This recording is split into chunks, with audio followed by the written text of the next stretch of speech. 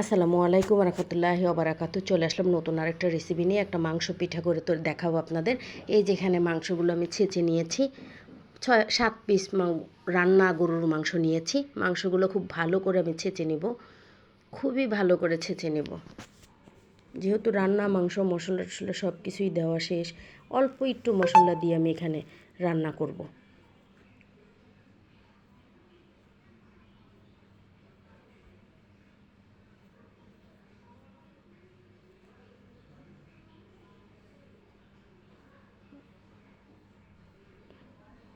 ভালো করে ঝুরা করে নেব পুতা দিয়ে। এই যে আমার ঝুরা কমপ্লিট হয়ে গেছে। এখন আমি এই যে চালের গুঁড়া এখানে রেখে দিয়েছি। এখন আমি মাংসটা রান্না করব। মাংসটা আমার রান্না শেষ। আর চালের গুঁড়াটা আমি 1 ঘন্টা আগে বের করে নিয়েছিলাম। এই যে পানিগুলো আমি গরম করে নিয়েছি, দেখতেই পাচ্ছেন। যে পানিগুলো আমি এখন এই যে কিছু আটা এখানে দিয়ে দিব, চালের গুঁড়াটা দিয়ে দিলাম। একটু পানিটা বেশি দিব যেহেতু ফ্রিজে শুকনা চালের গুঁড়া। আর গুঁড়াটা একদম সফট হতে হবে। পিঠাগুলো থাকলে যেন 2-1 দিন খাওয়া যায়, সেই জন্য একটু অল্প আটা নেব। আটা বা ময়দা যে কোনোটাই দিতে পারেন, আমি আটা দিয়ে দিব। আমি 10 মিনিটের জন্য রেখে দিব ঢেকে। একটু হলুদের গুঁড়া দিয়ে দিব। 10 মিনিট অপেক্ষা করব আমি।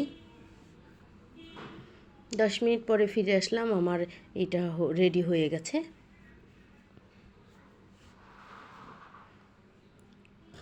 ভালো করে আমি বলে ঢেলে মাখায় নিব। এই যে মাখায় নিছি। এই কাজটা একটু হালকা গরম থাকতেই কাজটা করতে হবে। যে আমি এখন রুটি তৈরি করে নিয়েছি, এখন গ্লাস দিয়ে কেটে নিব। যেহেতু আমার সাজ নাই, রুচির মতো করে গুল করে কেটে নিব আমি।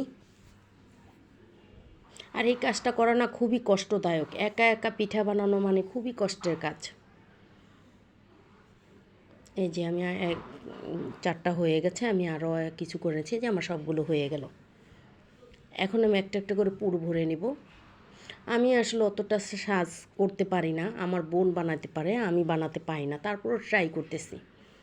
এই যে কিছু কুলি পিঠার মতো সাজ দিয়ে নেব আমি। কুলি পিঠার মতো সাজ দিলে কি হবে, ওটা ভাজার পরে শক্ত হয়ে যায়। আর এইভাবে নর্মাল করে রাখলে ওটা শক্ত হয় না। এই যে এই যে আমি ভাজতে চলে আসছি। কড়াইটা তেল গরম করে ভাজার জন্য দিয়ে দিলাম। আমার ভাজা হয়ে গেছে, আমি আরও কিছু ভাজার বাকি আছে, ওগুলো ভেজে নেব। দেখতেই পাচ্ছেন এক পাশ আমার হয়ে গেছে, উল্টে দিচ্ছি।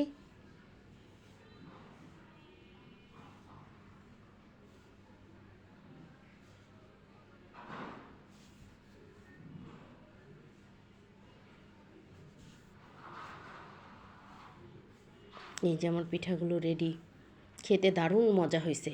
আপনারা কে কোথায় থেকে দেখছেন একটু বেশি করে কমেন্ট করুন। এত কষ্ট করে ভিডিও করে আপনারা যদি না দেখেন তাহলে অনেক খারাপ লাগে। একটু দেখবেন, লাইক কমেন্ট করুন, বেশি করে শেয়ার করুন।